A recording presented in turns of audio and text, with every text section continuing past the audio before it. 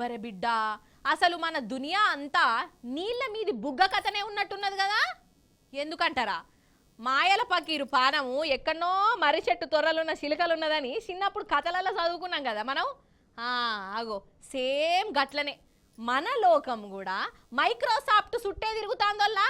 ఆ మైక్రోసాఫ్ట్ తీగలు ఊసిపోయినా, స్క్రూలు నట్లు ఊసిపోయి పనిచేయకున్నా దునియా కూడా ఎక్కడికక్కడనే ఆగిపోతాంది.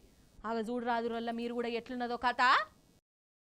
ఏందొల్లా ఇది, ఎక్కడనో మైక్రోసాఫ్ట్ సర్వర్ ఎటమటమైతే దునియా అంతటా విమానాలు ఆగిపోవుడేంది, స్టాక్ మార్కెట్లు బంద్ అవుడేంది, హోటళ్ళల్లో బిల్లులు ఇయ్యకపోవుడేంది, బ్యాంకులు ఆగిపోవుడేంది, అసలు ఏంది ఈ కథ? మన దేశమనే కాదు, అమెరికా, ఆస్ట్రేలియా, ఇండోనేషియా ఇట్లా చాలా దేశాలు గిలగిల కొట్టుకున్నాయోల్లా. అగో ఎయిర్పోర్టులల్లో చూడుండ్రి, విమానాలే బంద్ అయిపోయినాయి.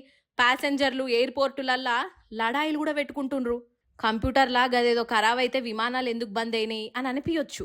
అయితే టికెట్లు ఇచ్చుడు, చెకింగ్ చేసి లోపలికి పంపుడు, స్కానింగులు, గీనింగులు, పాసులు, గీసులు అన్నీ మైక్రోసాఫ్ట్ సాఫ్ట్వేర్ మీదనే ఉన్నాయుల్లో.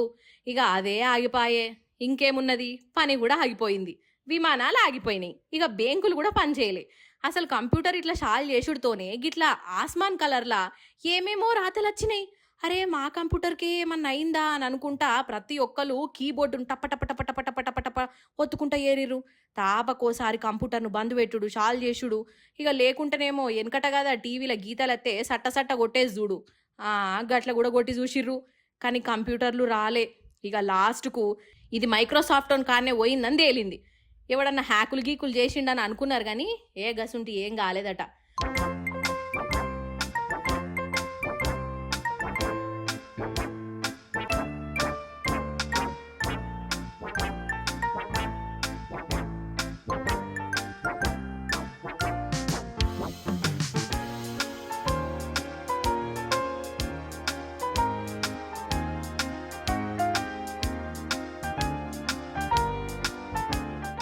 మరి ఆ కంపెనీలోనే పనిచేసేటోడు ఏ కట్టుకొత్తిండో ఏ వైరు కూడా వీకిండో మనకు తెలియదు. మొత్తానికి లోకమే ఆగిపోయినంత పనైందోల్లా. అయితే ఇట్లా మైక్రోసాఫ్ట్ ఆగిపోతే సంబరపడ్డది ఎవలయ్యా అనంటే ఆఫీసులలో సాఫ్ట్వేర్ కొలువులు చేసేటోళ్ళే. వాళ్ళ పని బంద్ అయిపోయింది కదా. ఇక ఇంకేమున్నది, శనివారం సెలవు, ఆదివారం సెలవు, ఇక శుక్రవారం ఏమో మైక్రోసాఫ్ట్ చేయబట్టి పని బందు. ఇక ఇంకేంది, 3 రోజులు వచ్చింది. ఇక వాళ్లకు డాన్సులు చేసుడు ఒకటే తక్కువ.